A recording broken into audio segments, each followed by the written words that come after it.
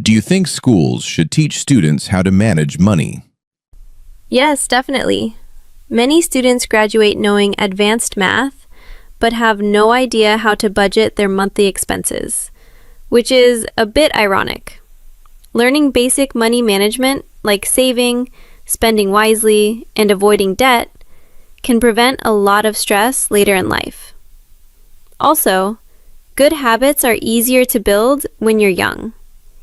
If schools teach these skills early, students are more likely to make smarter financial decisions as adults, and hopefully avoid learning the hard way with an empty bank account. What do you usually use your phone for? Oh, my phone is basically my lifeline, you know? I spend tons of time just scrolling through socials, checking memes, chatting with friends, and stalking random accounts for no reason.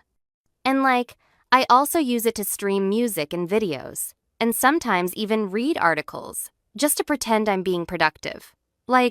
Totally productive. What benefits does the internet bring to communication? Well, the best thing is definitely speed. You can ping your mate in half a second, and boom, they reply with a meme.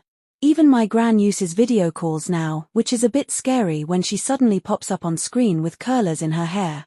But, to be fair, sometimes it goes too far. People just send a fire emoji fire or a LOL instead of actually saying anything. It's like, come on, give me a full sentence. So yeah, the internet makes staying in touch super easy and kind of fun, but if you want a proper heart-to-heart, I still think sitting down with a coffee works better. How important are friends to you? Well, friends mean a lot to me. They're the people who keep me sane when life gets stressful, and they're also my go-to partners for silly adventures or random coffee trips. Honestly, I don't think I could survive without them. Without friends, I'd probably spend all day binge-watching shows and talking to my dog. So yeah, friends aren't just important, they make life way more enjoyable. Do you think children should learn to play musical instruments? Well, I don't think learning musical instruments should be a must for every child. You know, children are very different. Some enjoy music, but others may feel stressed or frustrated by it. For example, if a child is forced to practice every day, music can quickly turn into pressure. Instead of enjoying it, they may start to hate it. That can even hurt their confidence. So I'd say musical instruments are great for some kids, but parents should respect a child's interests rather than push everyone in the same direction. What do you usually do when you are resting? I usually watch short videos when I'm resting. You know, I tell myself I'll watch just one, and suddenly it's been an hour and my break has turned into a full-time job. Sometimes I also eat snacks, because somehow that makes the break feel more official. Should old buildings be preserved or replaced by modern ones? I believe we need to strike a balance. Old buildings are part of our history. They tell a story about who we are. If we tear them down, we lose our cultural identity.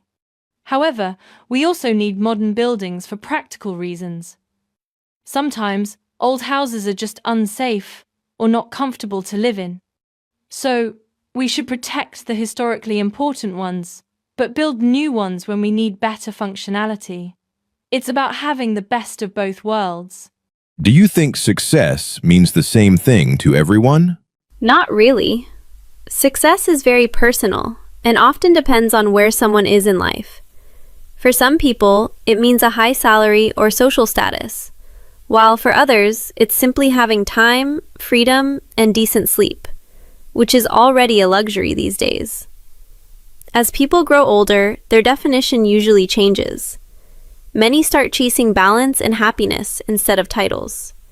So, I'd say success isn't a fixed destination.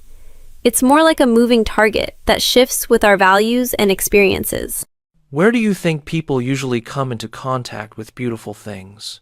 These days, I think most people first come across beautiful things through social media feeds packed with stunning images and videos. That means a lot of people simply don't get the chance to experience beauty in real life, so they end up finding it online in just a couple of minutes. That said, beauty is still everywhere if you make an effort to notice it. It might be a street lined with cherry blossoms, the golden light on your balcony in the morning, or a cafe with the smell of fresh bread. But in our busy lives, those moments are easy to overlook unless we actually pause and look for them.